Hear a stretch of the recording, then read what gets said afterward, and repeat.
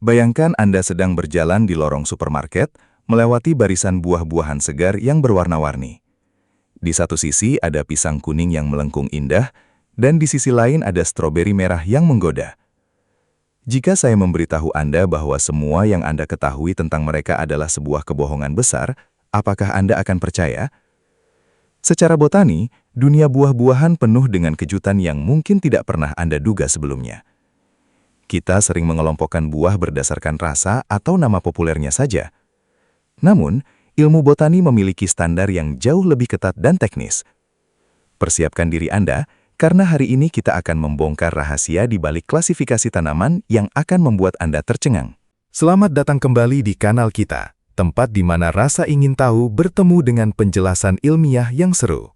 Hari ini, kita akan membahas salah satu fakta yang paling sering membingungkan orang di seluruh dunia, paradoks buah beri. Mengapa pisang masuk kategori beri, sementara stroberi justru dikeluarkan dari klub eksklusif tersebut? Kita akan menelusuri definisi anatomi buah, cara mereka tumbuh, dan mengapa bahasa sehari-hari kita seringkali bertentangan dengan sains. Jangan beranjak dulu, karena penjelasan mendalam ini akan memberikan Anda perspektif baru tentang makanan yang Anda konsumsi setiap hari. Mari kita mulai perjalanan eksplorasi botani ini sekarang juga. Untuk memahami teka-teki ini, pertama-tama kita harus memahami apa sebenarnya definisi beri menurut para ahli botani. Beri bukanlah sekadar buah kecil yang manis dan bisa dimakan langsung. Secara ilmiah, buah beri didefinisikan sebagai buah yang dihasilkan dari satu ovarium atau bakal buah dari satu bunga tunggal. Struktur ini harus memiliki 3 lapisan yang berbeda, namun menyatu. Eksokarp di bagian paling luar, mesokarp yang berdaging di tengah, dan endokarp yang melindungi biji di bagian dalam. Jika sebuah buah tidak memenuhi kriteria 3 lapisan dari satu ovarium ini, maka secara teknis ia bukan beri. Definisi ini terdengar sederhana, namun aplikasinya di alam nyata menciptakan banyak anomali menarik yang jarang diketahui publik. Mari kita bahas lebih dalam mengenai bagian ovarium tanaman ini, karena ini adalah kunci utamanya. Dalam botani, ovarium adalah bagian dari organ reproduksi betina pada bunga yang nantinya akan berkembang menjadi buah setelah pembuahan. Buah beri sejati harus berasal dari ovarium yang matang dan berdaging sepenuhnya. Selain itu, ciri khas beri adalah memiliki biji yang tertanam di dalam daging buahnya, bukan di luar atau terpisah secara struktural. Hal ini sangat krusial untuk dipahami sebelum kita membedah pisang dan stroberi lebih lanjut. Banyak buah yang kita anggap beri sebenarnya gagal memenuhi syarat ovarium tunggal ini. Mari kita lihat bagaimana aturan-aturan kaku ini diterapkan pada buah yang sering kita makan. Mungkin Anda bertanya-tanya, mengapa nama beri bisa begitu menyesatkan dalam bahasa sehari-hari? Jawabannya terletak pada sejarah dan cara manusia menamai sesuatu jauh sebelum ilmu botani modern berkembang. Orang-orang zaman dahulu menamai buah berdasarkan ukuran, rasa, dan cara mereka menemukannya di alam liar. Kata beri digunakan secara luas untuk menggambarkan buah kecil, bulat, dan berair. Sayangnya, intuisi manusia tidak selalu sejalan dengan struktur genetik dan anatomis tanaman. Akibatnya, kita mewarisi istilah-istilah yang secara teknis salah, namun sudah terlanjur melekat dalam budaya populer. Inilah alasan mengapa kebingungan ini terus berlanjut hingga ke ruang kelas sekolah dasar kita saat ini. Sekarang, mari kita letakkan pisang di bawah mikroskop metaforis kita. Jika Anda melihat pisang, Anda mungkin tidak melihat kemiripan dengan blueberry atau anggur. Namun, pisang memenuhi setiap kriteria teknis untuk disebut sebagai beri sejati. Pertama, pisang berkembang dari satu bunga dengan satu ovarium tunggal. Jika Anda pernah melihat pohon pisang berbunga, Anda akan melihat jantung pisang yang besar, di mana setiap kelopak kecilnya berpotensi menjadi satu buah pisang. Proses perkembangan ini adalah langkah pertama yang sempurna dalam kualifikasi sebagai beri. Pisang tidak terbentuk dari gabungan beberapa bagian bunga, melainkan murni dari satu unit reproduksi yang utuh dan terintegrasi. Mari kita bedah anatomi pisang berdasarkan 3 lapisan yang kita bahas tadi. Kulit pisang yang Anda kupas setiap pagi sebenarnya adalah eksokarp. Lapisan luar ini berfungsi sebagai pelindung yang kuat bagi bagian dalam buah. Meskipun kita biasanya tidak memakan kulitnya, eksokarp ini adalah bagian integral dari struktur beri. Teksturnya yang halus dan terkadang berserat menunjukkan bagaimana alam mendesain perlindungan bagi ovarium yang matang. Di balik kulit yang tebal ini, tersimpan daging buah yang lezat dan manis yang selama ini kita nikmati. Mari kita lihat apa yang terjadi di bawah permukaan kulit yang cerah tersebut untuk menemukan lapisan-lapisan berikutnya. Bagian daging buah pisang yang lembut dan manis yang kita makan disebut sebagai mesokarp. Ini adalah bagian terbesar dari buah beri yang berfungsi untuk menyimpan nutrisi dan menarik hewan untuk memakannya, sehingga biji dapat tersebar. Dalam pisang, mesokarp ini sangat dominan dan memiliki tekstur yang konsisten. Namun, ada satu lapisan lagi yang seringkali tidak terlihat dengan mata telanjang, yaitu endokarp. Endokarp adalah lapisan paling dalam yang mengelilingi biji. Pada pisang, endokarp sangat tipis dan hampir menyatu sempurna dengan mesokarp, sehingga sulit untuk membedakan keduanya tanpa bantuan alat pembesar. Inilah bukti kedua bahwa pisang adalah beri sejati. Lalu, di mana bijinya? Bukankah beri harus memiliki biji di dalamnya? Jika Anda memotong pisang secara horizontal, Anda akan melihat bintik-bintik hitam kecil di bagian tengahnya. Itulah sisa-sisa biji yang tidak berkembang sepenuhnya. Pisang komersial yang kita makan saat ini, terutama varietas Cavendish, telah dibudidayakan selama berabad-abad untuk tidak memiliki biji besar, agar lebih mudah dikonsumsi manusia. Namun, secara genetik, struktur untuk biji itu tetap ada di posisi yang benar, yaitu tertanam di dalam daging buah atau endokarp. Pada pisang liar, biji-biji ini bisa berukuran cukup besar dan keras, mirip dengan biji lada, yang semakin memperkuat statusnya sebagai buah beri dalam klasifikasi botani. Selain itu, pisang diklasifikasikan sebagai beri epigenus. Ini adalah istilah teknis yang berarti buah tersebut berkembang dari ovarium inferior, di mana bagian bunga lainnya seperti kelopak dan mahkota berada di atas ovarium. Jika Anda perhatikan ujung pisang yang berwarna hitam, bagian yang berlawanan dengan batang, itu sebenarnya adalah sisa-sisa bunga yang telah layu. Struktur ini adalah ciri khas dari banyak beri sejati lainnya. Jadi, dari segi perkembangan bunga hingga susunan internalnya, pisang adalah contoh buku teks untuk buah beri. Sungguh ironis bahwa sesuatu yang terlihat begitu berbeda dari beri pada umumnya, justru merupakan perwakilan yang paling sempurna dalam kategori tersebut. Sejarah budidaya pisang juga sangat menarik untuk disimak. Pisang diakini berasal dari wilayah Asia Tenggara dan Papua Nugini ribuan tahun yang lalu. Melalui proses seleksi alami dan campur tangan manusia, pisang berevolusi dari buah liar yang penuh biji menjadi buah meja yang praktis. Para petani awal memilih tanaman yang memiliki mutasi genetik sehingga menghasilkan buah yang lebih berdaging dan biji yang lebih kecil. Tanpa campur tangan manusia ini, mungkin kita masih akan memakan pisang dengan cara yang sangat berbeda hari ini. Evolusi ini tidak mengubah identitas botaninya sebagai beri, namun ia mengubah persepsi estetika kita terhadap buah tersebut secara drastis. Varietas pisang liar memberikan kita gambaran yang jelas tentang masa lalu buah ini. Di hutan-hutan tropis, Anda masih bisa menemukan jenis pisang yang kulitnya keras dan dagingnya dipenuhi oleh biji-biji hitam yang besar. Biji-biji ini sangat keras, sehingga bisa mematahkan gigi jika Anda tidak hati-hati. Keberadaan biji yang dominan ini di dalam daging buah adalah bukti tak terbantahkan bahwa pisang mengikuti pola pertumbuhan beri. Di alam liar, biji ini sangat penting untuk reproduksi, sedangkan pisang yang kita makan di rumah biasanya diperbanyak melalui tunas atau cloning. Meskipun cara mereka berkembang biak berubah, struktur anatomi dasarnya tetap setia pada akarnya sebagai beri. Kisah tentang pisang Cavendish, varietas yang paling umum kita temukan di pasar, juga menambah lapisan kompleksitas. Cavendish menjadi populer setelah varietas sebelumnya, Gros Michel, hampir punah akibat penyakit Panama pada pertengahan abad ke-20. Pisang Cavendish dipilih karena ketahanannya terhadap penyakit tersebut, meskipun banyak yang berpendapat rasanya tidak senikmat pendahulunya. Menariknya, karena Cavendish adalah klon genetik, setiap pisang yang Anda makan hampir identik secara biologis dengan yang dimakan orang lain di seluruh dunia. Keragaman genetik yang rendah ini membuat status botaninya sebagai beri tetap konsisten, namun juga membuatnya rentan terhadap ancaman biologis yang sama di masa depan.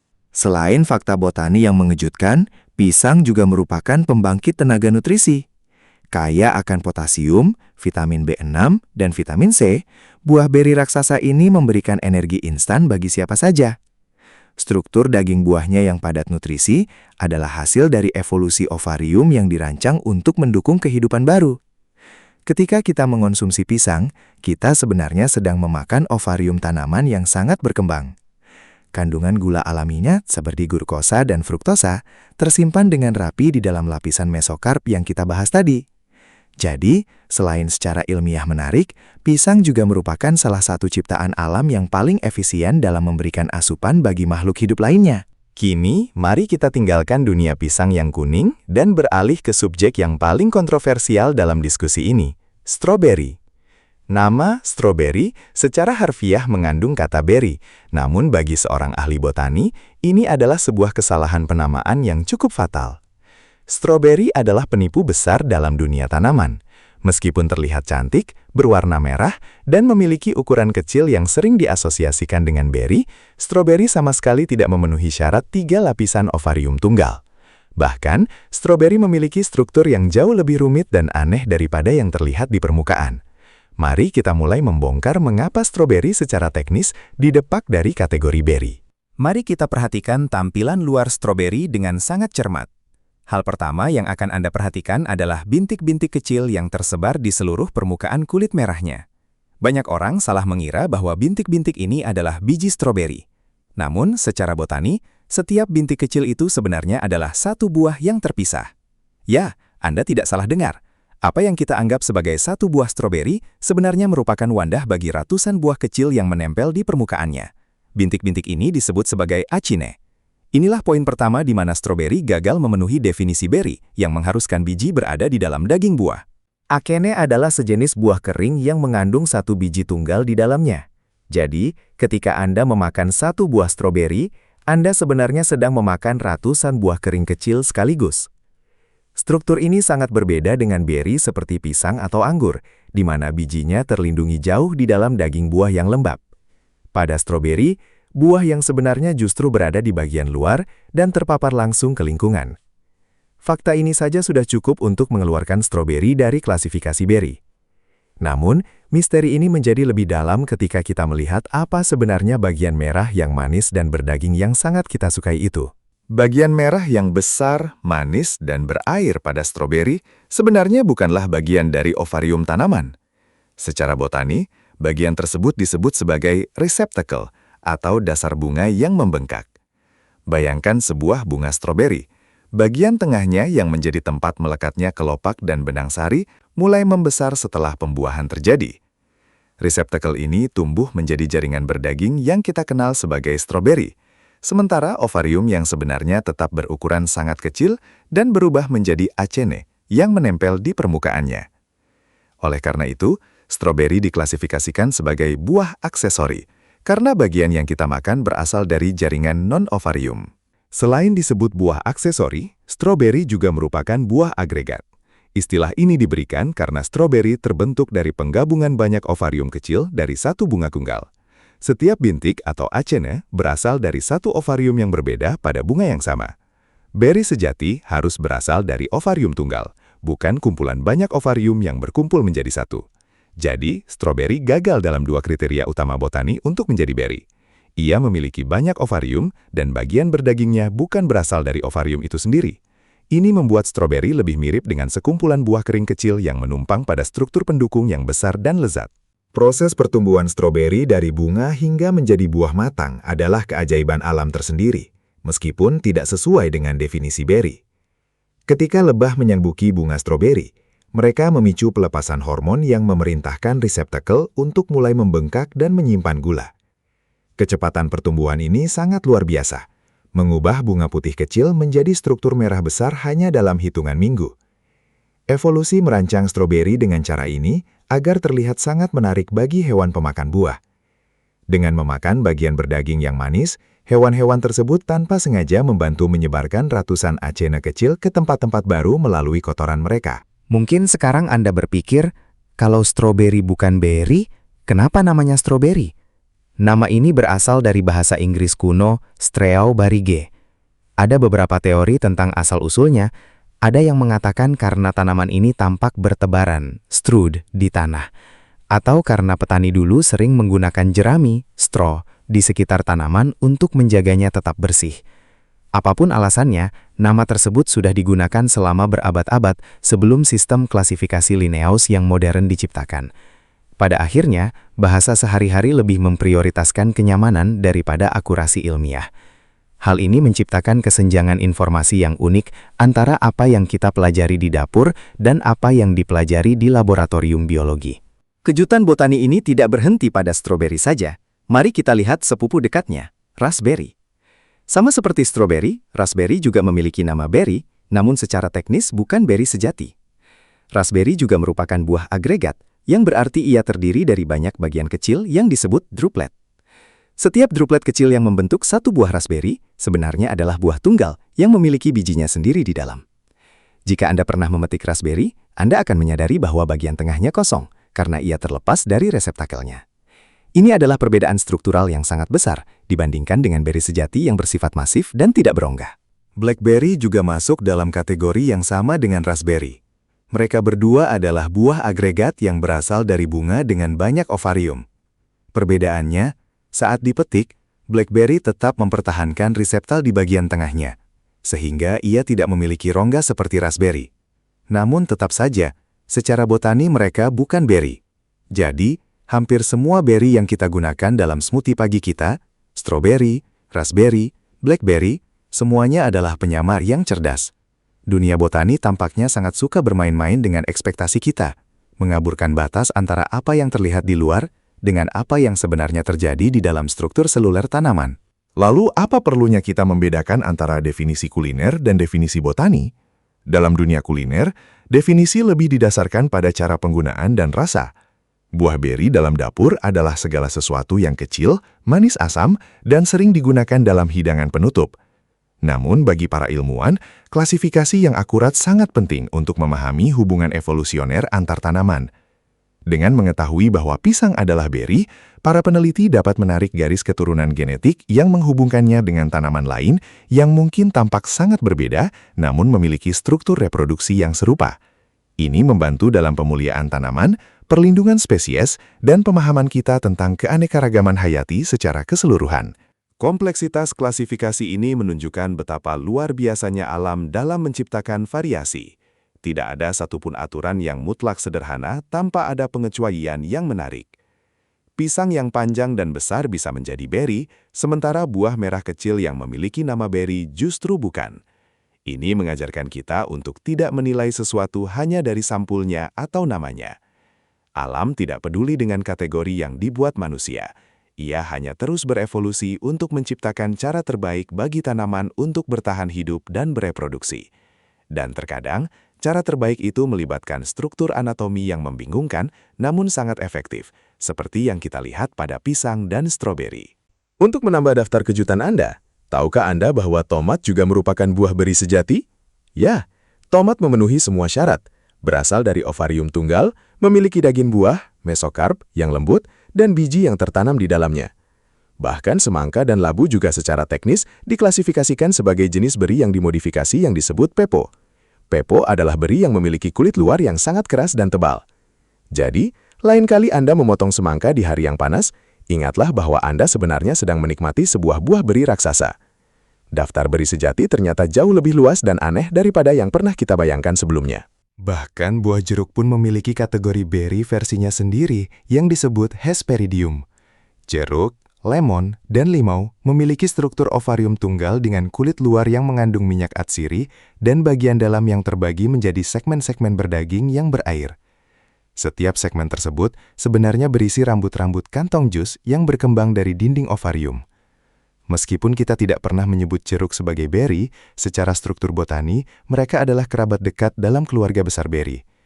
Dunia botani benar-benar penuh dengan kategori-kategori yang akan membuat siapapun yang bukan ahli biologi menggaruk-garuk kepala karena bingung. Semua fakta ini membawa kita pada kesimpulan bahwa bahasa adalah alat yang sangat fleksibel, namun terkadang tidak akurat. Kita menggunakan kata beri sebagai label kenyamanan, bukan label ilmiah. Namun, mengetahui kebenaran di baliknya memberikan kita apresiasi yang lebih dalam terhadap makanan yang kita konsumsi. Setiap buah memiliki cerita evolusi yang panjang jutaan tahun. Pisang telah menempuh perjalanan jauh dari ovarium bunga tunggal di hutan tropis hingga menjadi camilan populer kita. Stroberi telah mengembangkan strategi unik dengan menempatkan buahnya di luar demi kelangsungan hidupnya. Memahami ini membuat setiap gigitan terasa lebih bermakna, karena kita tahu kerumitan di baliknya. Jadi, mari kita rangkum. Pisang adalah beri sejati karena tumbuh dari satu ovarium dengan biji di dalam. Stroberi bukan beri karena ia adalah buah aksesori agregat dengan biji acene di bagian luar. Dunia ini penuh dengan hal-hal yang tidak tampak seperti aslinya, dan sains adalah kunci untuk membuka tabir tersebut. Saya harap fakta-fakta ini bisa menjadi bahan obrolan menarik saat Anda makan malam bersama keluarga atau teman-teman. Jangan lupa untuk membagikan pengetahuan baru ini kepada mereka, karena siapa tahu Anda bisa membuat mereka terpana dengan pengetahuan botani Anda yang luar biasa ini. Terima kasih telah menemani perjalanan botani yang panjang ini hingga akhir. Jika Anda merasa video ini bermanfaat dan menambah wawasan baru, jangan lupa untuk menekan tombol like dan subscribe agar tidak ketinggalan update seru lainnya dari kanal kami. Bagikan video ini ke teman-temanmu agar mereka juga tahu kebenaran tentang pisang dan stroberi ini. Apakah ada buah lain yang menurut Anda memiliki klasifikasi yang aneh? Tuliskan di kolom komentar di bawah ya, kita akan diskusikan bersama. Sampai jumpa di video fakta menarik selanjutnya. Tetaplah penasaran dan teruslah belajar. Jangan lupa like dan subscribe untuk update seru lainnya.